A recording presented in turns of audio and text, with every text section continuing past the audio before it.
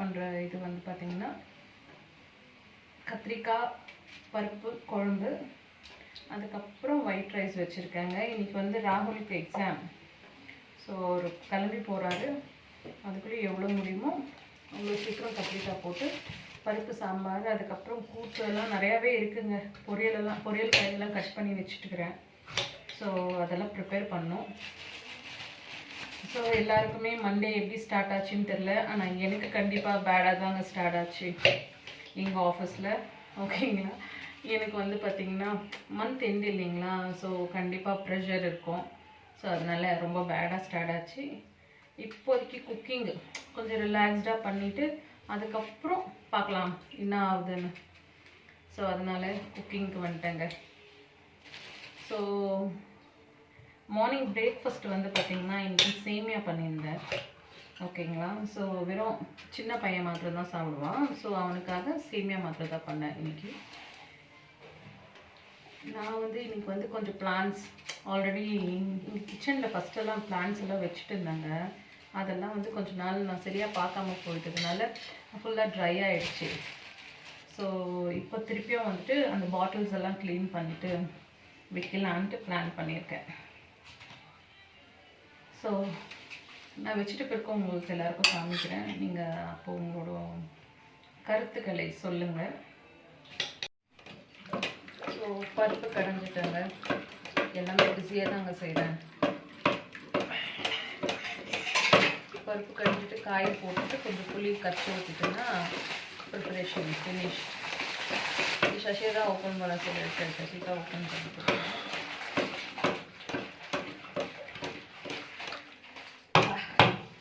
ஒரு வேலை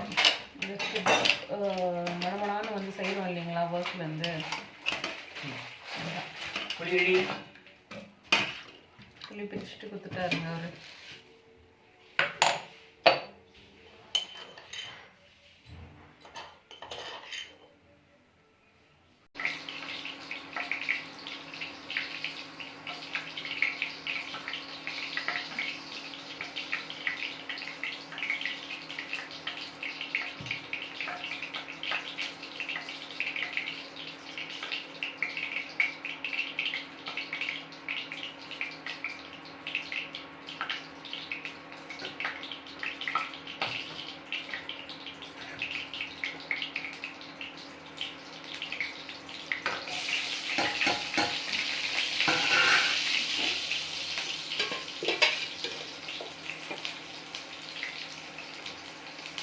சாம்பார் தாளிப்பும் கொடுத்துட்டாங்க. இப்போ வந்து வெறும் அவரைக்காய் பொரியல் தாங்க செய்யலான்ட்டு. ஸோ அவரைக்காய் பொரியல் வந்து நான் யூஸ்வலாக வெறும் எண்ணெய், கடுகு, மிளகாத்தூள், தனியாத்தூள், உப்பு போட்டு நல்லா டீப் ஃப்ரை பண்ணனாவே சூப்பரான பொரியல் வந்துடும். ஓகேங்களா, கண்டிப்பாக இதை ட்ரை பண்ணிவிட்டு எனக்கு கமெண்ட்லேயும் கொஞ்சம் சொல்லுங்கள் எப்படி வந்துச்சுன்னு சொல்லிவிட்டு. அண்ட் இதுதாங்க லன்ச்சு, மதியம் லன்ச்சு. இன்னொரு காய் மிஸ் பண்ணிட்டேன். பட் லேட் ஈவினிங் செஞ்சுட்டு நைட்டுக்கு வச்சுக்கலான்ட்டு பொடலங்காய் கட் பண்ணது அப்படியே இருக்குது. ஸோ ஈவினிங் இங்கே என்ன பண்ணலான்னு போது ஓகே நம்ம கொஞ்சம் கேப்சிகம் பஜ்ஜி போடலான்றதுக்காக கேப்சிகம் பஜ்ஜி தாங்க ரெடி பண்ணிகிட்டு இருக்கேன். ஈவினிங்கில் கொஞ்சம் ஸ்நாக்ஸோடு ஈவினிங் கொஞ்சம் ஸ்டார்ட் ஆச்சுன்னா சூப்பராகவே இருக்கும். எனக்கு வந்து கொஞ்சம் நிஜமாங்க எனக்கு வந்து ஒரு காஃபியோ டீயோ குடிச்சிட்டு அதுக்கப்புறம் என்னோடய குக்கிங்க்கு வந்தனா தான் எனக்கு கொஞ்சம் ரிலாக்ஸ்டாக இருக்கும். மார்னிங்லேருந்து ஃபுல் ப்ரெஷருங்க. இன்றைக்கி மந்த் எண்ட் இல்லைங்களா, ஸோ டீமும் ப்ரெஷராக வேலை வாங்குகிறேன், நானும் ப்ரெஷரை என் மேலே போட்டுக்கிறேன். ஸோ சுட சுட 2 கேப்சிகம் பஜ்ஜி சாப்பிட்டுட்டு கொஞ்சம் ரிலாக்ஸ் பண்ணிக்கிறேன். அதுக்கப்புறம் மற்ற வேலையை ஸ்டார்ட் பண்ணணும் அப்படின்னு பிளான் பண்ணியிருக்கிறேங்க. ஆனால் நிஜமாக அதெல்லாம் முடியாதுங்க.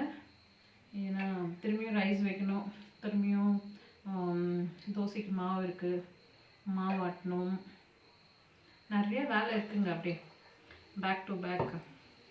இன்னொன்று என்னென்னா ஆஃபீஸ் போகும்போது இந்த மாதிரி ப்ராப்ளம் எல்லாம் இருக்காதுங்க. எனக்கு வந்தேனா ரெஸ்ட் பண்ணேனா வீடு அதுக்குள்ளேயே வீடு வந்து என் பசங்க கூட ஹெல்ப் பண்ணி கொஞ்சம் பெருக்கியெல்லாம் வச்சுருவாங்க. ஆனால் இப்போல்லாம் மம்மி நீ பெருக்கினா தான் மம்மி வீடு க்ளீன் ஆகுது, மம்மி நீ செஞ்சால் தான் மம்மி நல்லா இருக்குதுன்னு இந்த மாதிரி ஒரு பிராண்டை யூஸ் பண்ண ஆரம்பிச்சுட்டானுங்க. ஸோ அதான் இருந்தாலும் பசங்க இல்லைங்களா, ஸோ அட்ஜஸ்ட் பண்ணினா அப்படியே போகணும். இது ஏன் இந்த கடாயில் செய்கிறேன்னா, இது எப்போ நான் செய்ய ஆரம்பிச்சேனோ அதுலேருந்து எனக்கு இது பிடிச்சிச்சிங்க ரொம்ப. இது குட்டியாகவும் இருக்குது, அதே டைமில் வந்து நல்லா வெந்தும் வந்துடுதுங்க சீக்கிரமாக, அதனால தான். ஓகே,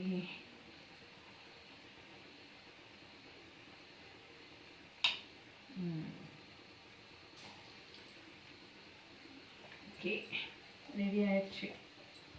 ஸோ இப்போது டீயோ ரெடியாக இருக்குங்க. மம்மி டீயெல்லாம் போட்டாங்க, டீயோ ரெடியாக இருக்குது. ஸோ பஜ்ஜியும் ரெடி ஆகிட்டுருக்குங்க. எனக்கு இந்த கடாய் வந்து ரொம்ப பிடிச்சிதுங்க. ஓகேங்களா, நம்ம சின்ன பசங்களாக இருக்கும்போது இந்த மாதிரி கடாய் வாங்கின்னு வந்துட்டு நம்ம விளாடுவோம், கரெக்டுங்களா. ஸோ இப்போ வந்துட்டு நானே அதிலே ப்ரிப்பேர் பண்ண ஆரம்பித்தேங்க. ஒரு 6 மந்த்தாக இதில் தான் நான் வந்துட்டு ஈவினிங் ஸ்நாக்ஸ் எல்லாம் ப்ரிப்பேர் பண்ணிப்பேங்க. ஸோ அந்த பஜ்ஜி அவர் சைமல்டேனியஸ்லி என்ன பண்ணேன்னா, ஆனியன் பஜ்ஜியும் வந்து மம்மிக்காக ரெடி பண்ணிட்டு இருந்தேன்.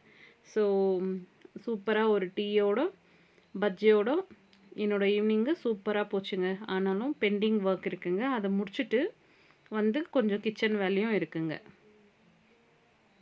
ஸோ நான் இன்றைக்கி பார்த்தீங்கன்னா சொரக்காய் தாங்க.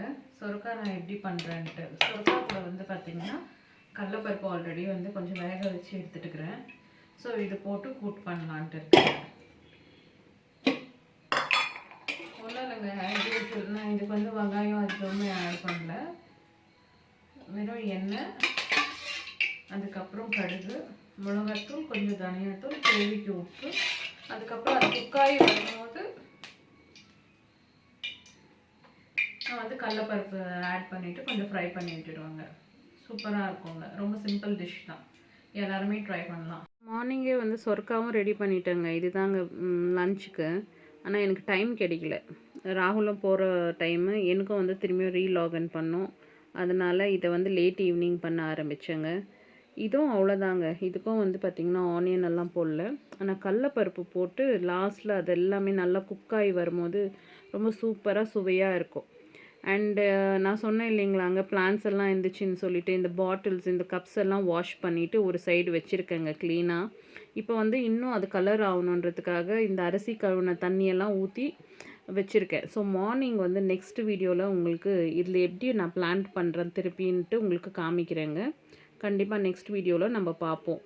அண்டு உங்களோட டே இன்றைக்கி எப்படி போச்சுன்றதும் என் கூட கமெண்ட்டில் ஷேர் பண்ணுங்கள். இது வந்து பார்த்திங்கன்னா ஃபைனல் ஸ்டேஜுங்க, குக் ஆகிடுச்சுங்க நல்லா. ஸோ இப்போ வந்து இதுக்கு வந்துட்டு லாஸ்ட்டில் வந்து கொத்தமல்லி லாஸ்ட்டில் போட்டால் போடலாம், இல்லைனா வேண்டாங்க. இப்படியே சாப்பிட்டோம்னா அதுவும் வந்து தோசைக்கு சூப்பராக இருக்குங்க. நாளைக்கு மார்னிங் தோசை தாங்க. ஸோ அதுக்கு வந்து பார்த்திங்கன்னா இந்த டிஷ்ஷு சூப்பராகவே இருக்கும், புடலங்காய் கூட்டு. தேங்க்யூ, கீப் வாட்சிங்.